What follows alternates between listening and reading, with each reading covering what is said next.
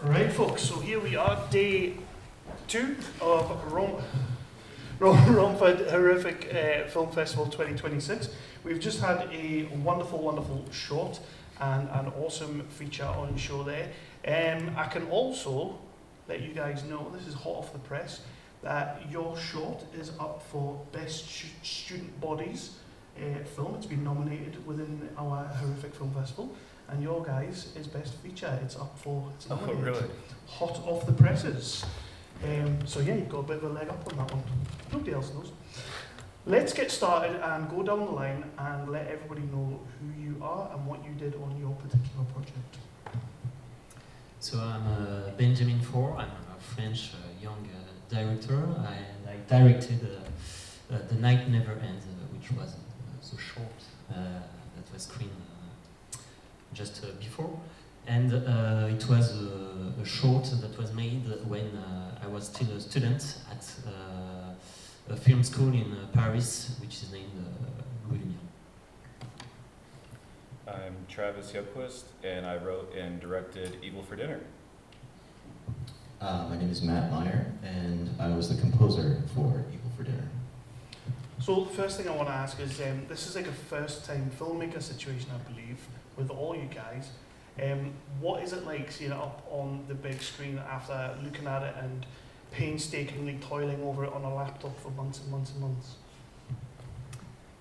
Well, watching it on big screen, I have had already experienced it before, and here it was a bit strange because the sound was really low, but it's still a wonderful experiment because it was a movie that was made for theater, for big screen, and so it's always a good experience. Yeah, it was really cool. We had watched this movie with the cast and crew and friends and family, so that was just a lot of our friends, you know. So it was really cool to see the movie with a new audience and see where they laugh and see where we were trying to like get some laughs in, and then sometimes people were laughing when we didn't expect it, because it's kind of like the movie's all over the place. So that's mainly what I was looking for, was where the laughs are. Yeah, same here. It was great. I think mixing at home when I'm composing and stuff. I live in an apartment, so it's very hard to get super loud. I have a couple monitors, but can't beat it when it's on the big screen with some big speakers. So it sounded great. What was the first image or first scene that came to mind when you guys were creating these projects? What did you think of and then thought, I'm a bit scared to ask this question with both of these films actually, but what was it that made you want to make this film? You mean the first shot that we had in mind? I think for mine it was the shot with the light that turns and the two characters that are whispering to each other. Because it was a moment of it was the sorry for my English. It was the moment just before the up moment of the movie, which was the scene with the eye, and so it was kind of preparation and a bit just before love, So that's it. I don't know. We thought about this movie a lot. I think it would probably be with the sisters, April and December, killing people and then making out, and kind of having like that image with these two sisters. And then Matt and I would be at this place in Austin called the Jackalope, which was like this bar that we would go after work, and we would just watch these like trauma movies and these like exploitation films where they were just ridiculous. So then we basically try to piece a story off of that, of just two sisters going crazy and the father.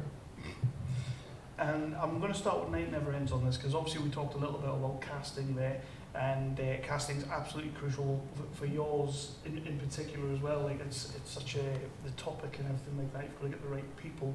How did you go about getting your two leads, and how did you work with them to get the scenes correct? Well, the actress was I had already worked with her, and so I had written thinking of her, and I proposed her to get casted. So she was casted, and she had the role. She was the first character to be casted, and so then it was easier to cast the male character, because we had we had this element to this character that was already defined really precisely, and so it was more easier to get which actor was right, and which actor was a bit next, not exactly where we wanted the couple to go. And so yes, that's it. And then how I get to work, and so the actress was present, was here during the casting too. So that helped. And then when they were together, it was many repetitions. I don't know if that's a word. No, Rehearsal. yeah, That's it.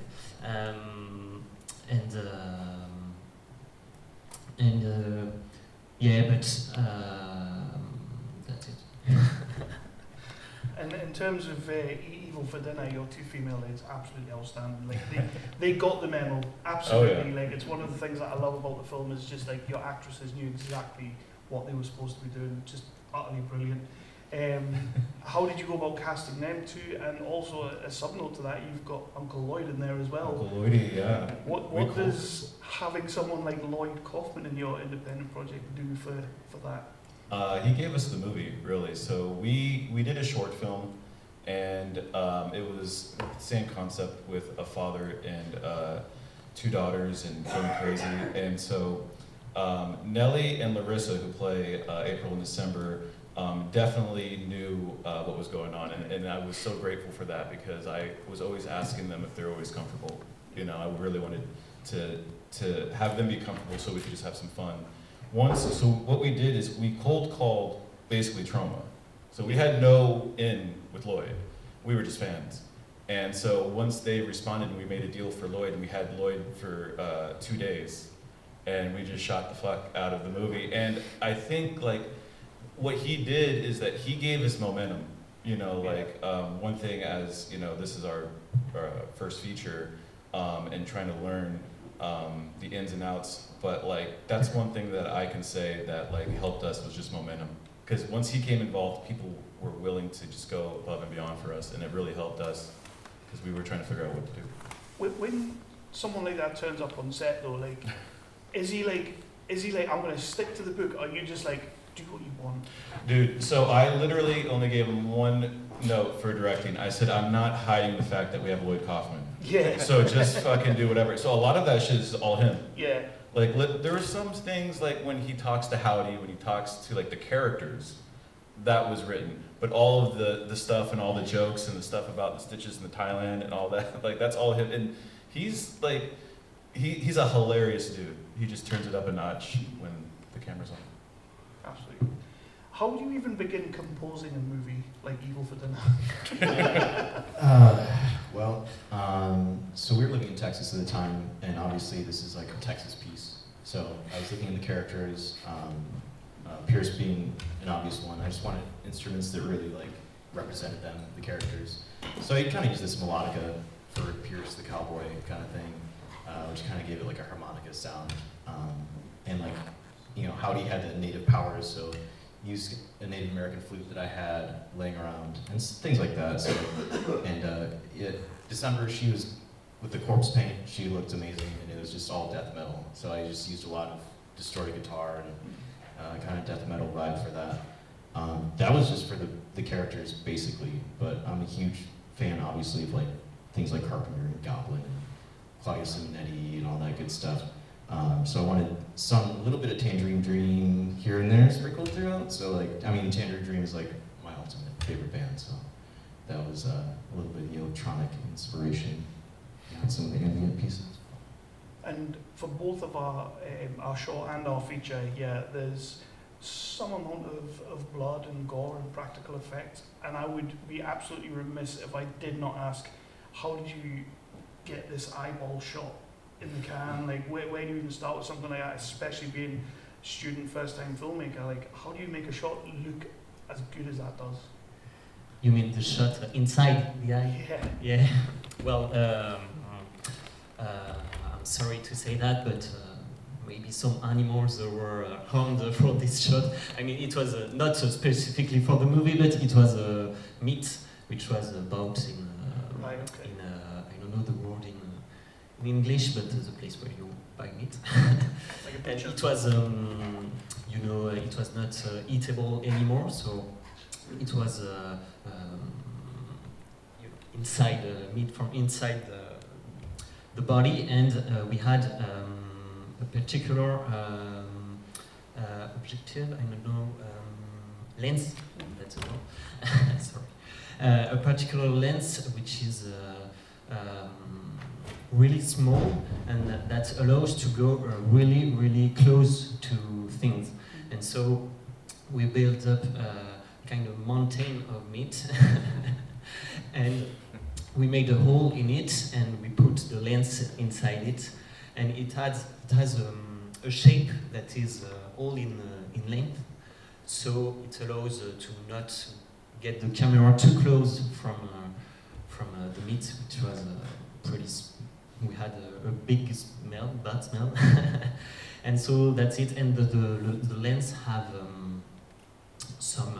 Sorry, it's very technical, but the lens have a light which is around it, so it allows to see something, because without it you can't light a shot like this, and so you don't see nothing, you don't see a thing, and so that's how we made the shot. And then we had the knife that go through the mountain of meat.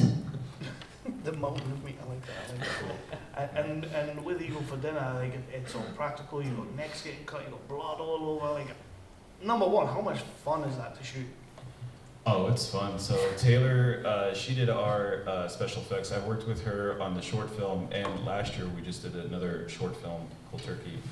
So she had a blood cannon. So basically it's this fucking rig that's like, yay, and then it's a compressor, and so you just fill it up with blood and you shoot people. And what we found is by like the third or fourth take, they're already covered in blood, so it's that's the take you're using, you know. So it was just like a lot of fun. And so then with the throat slits, that's prosthetics. That was a little bit more difficult. That was a lot more time consuming, and then that's where I would learn like how to manage time, you know. And so I think like on you know, going forward and on other projects, on like the setups for like, you know, it's cool to slit someone's throat, but that takes some fucking time to slap it on there and then put a tube in and then gush it out, and then if you want to do another angle of it, you just fucking set up, you know. But it was a lot of fun. We went through, I don't even know how many gallons of blood, but we didn't have any left over. What is the best comment, or the comment that's meant the most to you when people have seen your short and your features? Like, what have you heard that is kind of, yeah, you've been happy with it, but also it's kind of tickled you a little bit, but what's the best comment you've had about your project? Well, I have two that come to my mind. First, it's people who are not really into a horrific movie or bloody movie that came to me and say that it was really great, and that they felt feelings, and that they let themselves carry by the movie, and which was really the goal of the movie, to carry people in its dream. And then the second one is just you're fucking crazy. I had one that was pretty funny. Right at the beginning, they were like, "This is pretty sadistically violent and sexually perverted." And I was like, yeah, let's do that. I was like, that's the tagline. Absolutely. Yeah, I've heard similar sentiments as well. So with that, when you're coming to do that, people saying, and it's an interesting one, people saying like sadistically violent and all that kind of thing, but like, at what point do you think you might have gone a little bit too far? Or is that kind of the point? So the favorite thing that I actually shot was when December tortures him back. And so that scene was a lot further. That scene in the script went way further. And it was even more sexual, and it was really bad. And I wanted to go as far as it could. But then when we got on there, I was like, let's just make it a little bit more sexy. Because she's doing this dance and it's lit all beautiful, and then she starts slicing, but it was a lot more like raw in the script. And Larissa did such a good job, and that's one of the favorite things that I shot in the movie, and I think it was lit so well. And she really committed that day. So that is I think that's the tipping point of the movie, because if I would have gone further with that, and gone even more sadistic in her revenge, it would have been a harder comeback to get the laughs. So that was the trick. So we want to go pretty far, but then the next shot is, April and David, and then make it lighthearted, So if we went too far, it was so we were just trying to balance it. You would have still got the laugh from us Brits. Because we're weird. I'm glad that people were laughing. I was like, if anything, if they're laughing, that's all right. And for your short, a big part is you're building up tension, you're building up atmosphere, you're building up that before you get to that kind of shocking kind of finale. How careful were you with that, and how do you approach doing that? I'm not really sure to get the question. Is it that you mean, how do I approach the final? How do you make sure you don't go too far this way or too far that way, and you maintain tension to get that moment? Well, I think that it's everything in the atmosphere, as you said, and so it goes a lot through the sound. So maybe you didn't hear during the screening, but it was getting people, as I said, carried by the dream of the movie, and so it was to shoot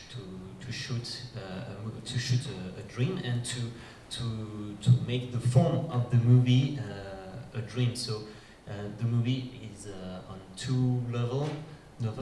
The two characters and the one which is in the cabaret, and so the form is also preparing this by the sound that bound the two levels,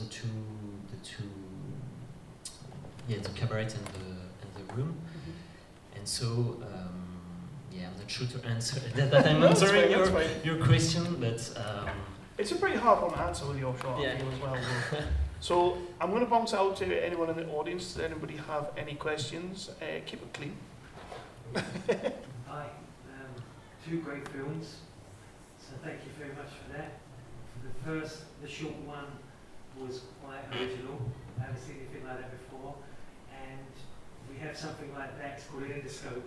For doctors in surgery, actually use that with a light on it that goes into bodies, and you can follow it around.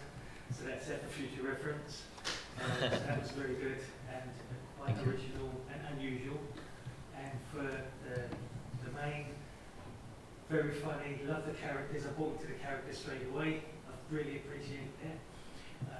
Quite a good story as well. So thank you, it's quite original. And the question to both of you would be, what was your favourite part of the shoot? Well, I talked just before about the shot.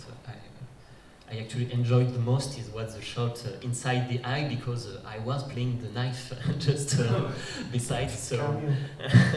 So I think there are pictures of me during this scene, and I'm like a child doing his dream, but with all the hands full of fake blood, and so it's kind of these pictures are kind of funny. So my favorite part of the shoot, I think there would be two. So the very first day that we shot was the restaurant scene with April and David, and then at that same place we shot Morgan/January and Pierce. And that was the first day of shooting, and it went great, perfect, and we finished early.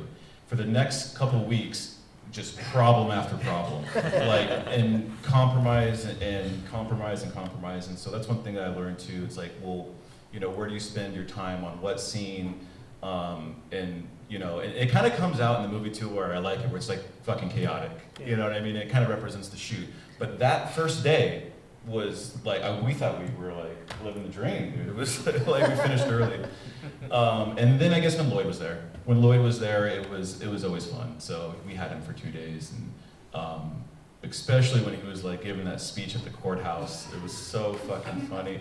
What he was doing, so it's the stuff that he was saying before we even turned on the camera. So when he comes out the door, he was already in character just saying bullshit. And I wish I would have mic'd him right there. But he was just a lot of fun and really brought a lot of joy because like I said, we were just having problems like left and right, and like he was awesome. He was like, dude, this is what it's like. He's like, because he knows like trauma. He was like, this is independent filmmaking, dude. It's chaos. And so it was cool. So does this mean you guys are now like part of the Trauma family and will be working with them again? Oh, I don't know. That door is always open. I mean, I talked to him. He's hilarious, and he calls it evil for Din Din.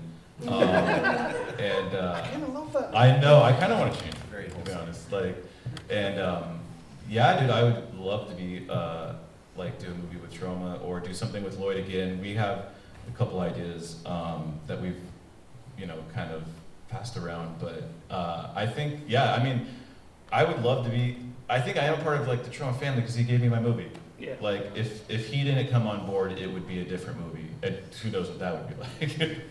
Still be as good. Anybody else? Any questions? Yep, got someone at the back. Hi. For Evil for Dinner, a personal highlight for me was the scene on top of the car.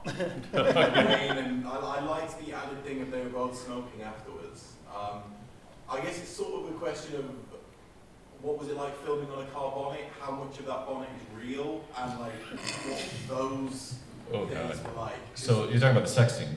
Yeah. Yeah, okay. So that was one of the last things that we did. So as far as editing. So that scene had no music.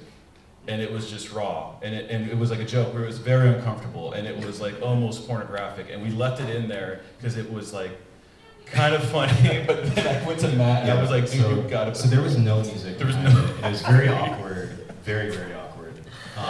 Which is funny because I started making music for it, and I don't know if anyone is familiar here. Patrick Colley, he's a guy from the '80s who made music for gay pornographic films, and he's very big in the Bay Area. And anyway, some record label reissued his work, and now he's kind of like this cult underground guy, but his music is just incredible. And so I was kind of like referencing Patrick Colley in a weird way, because he's like sexy. Oh yeah, you gotta make it sexy. So yeah, like so we had a rain machine for that, and that thing just was not working, and you could see it. I mean.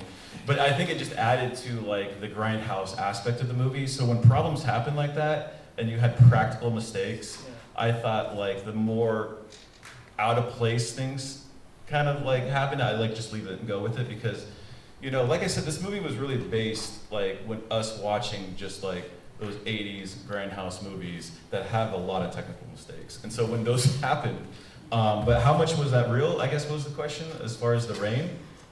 Especially the car bonnet, because the car what? Differently. He means hood. Oh, sorry. Oh yeah, this is real. Yeah, I mean, yeah, those were two guys. Yeah, a guy and a girl like on. Well, I mean, they weren't actually having sex, but yeah, that was all real. I just have to comment on that question as well because it's like your favourite scene was obviously the on the car bonnet, but the first thing he mentioned was the rain. The rain. Yeah, he's like, the rain was beautiful, man. Well, as soon as they start having sex, it just starts coming down, and then she like slaps the windshield.